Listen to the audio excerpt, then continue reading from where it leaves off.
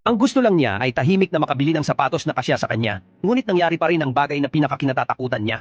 Meron ba kayong pares ng sapatos na kasya sa akin? Hindi pinansin ng tindera ang kanyang pagkailang at tinukso pa siya dahil sa laki ng kanyang mga paa, parang panglalaki daw. Gusto rin sana niyang bumili ng mga damit sa tindahan, ngunit sinabi ng manager na mag-order na lang siya online dahil wala silang sukat para sa kanya. Madalas niyang titigan ang sarili at makaramdam ng matinding inseguridad. Dahil dito, ginamit niya ang kanyang pagkabalisa bilang motibasyon at nagsimulang mag-ehersisyo ng todo.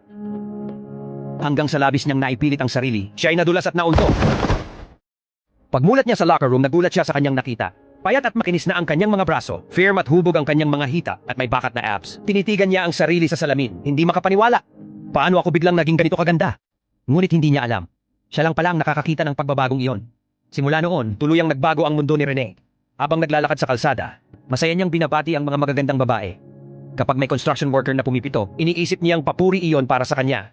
Kapag may lalaking nagbukas ng pinto, akala niya ay espesyal na kilos iyon para sa kanya.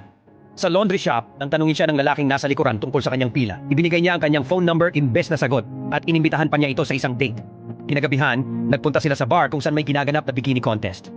Bago pa man makarig ang lalaki, nasa entablado na si Rene. Hindi niya ginaya ang sinuman. Sumayaw siya nang may buong kumpiyansa at sigla, parang ang buong palabas ay kanya. Nabigani ang buong madla sa kanyang enerhiya.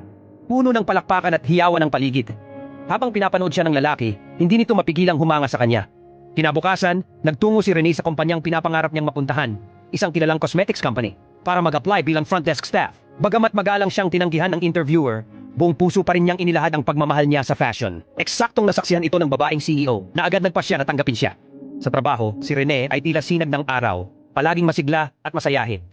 Kapag nagsisilbi siya ng tubig, nilalagyan niya ito ng straw upang hindi masira ang makeup ng kliyente. Nagbibigay rin siya ng mga mungkahi kung paano pa mapapaganda ang mga produkto ng kumpanya dahil sa kanyang matalas na pananaw. Hinangaan siya ng mga boss. Makalipas ang ilang buwan, inimbitahan siyang magsalita sa product launch event. Kung magtatagumpay siya, maipapromote siya bilang product manager. Lahat ay tila perpekto, ngunit iyon pala ay katahimikan bago ang unos. Habang naghahanda ng talumpati sa hotel, nagkaroon ng aksidente. Pagmulat niya sa sahig, bumalik na muli sa dati ang kanyang itsura. Muling bumalik ang pamilyar na inseguridad. Hindi na niya kayang harapin ang katotohanan, kaya nag-book siya ng flight pauwi sa kalagitnaan ng gabi. Hindi niya sinasagot ang mga tawag ng kanyang boss. Desidido siyang maging maganda ulit, bumalik siya sa gym at todo ang pagpadyak sa exercise bike. Ngunit gaano man niya pilitin, hindi na bumalik ang himala. Dumating ang araw ng event at sa kabila ng takot, naglakas loob pa rin siyang humarap. Ipinakita niya sa lahat ang dalawang larawan. Isa noong receptionist pa siya, kumpiyansa at kumikislap. At isa noong customer service pa siya, mataba at puno ng inseguridad. Ngunit nang marinig niya ang mga bulungan ng mga tao at linggunin ng screen at napagtanto niyang hindi naman talaga ganoon kalaki ang pagkakaiba ng dalawang larawan.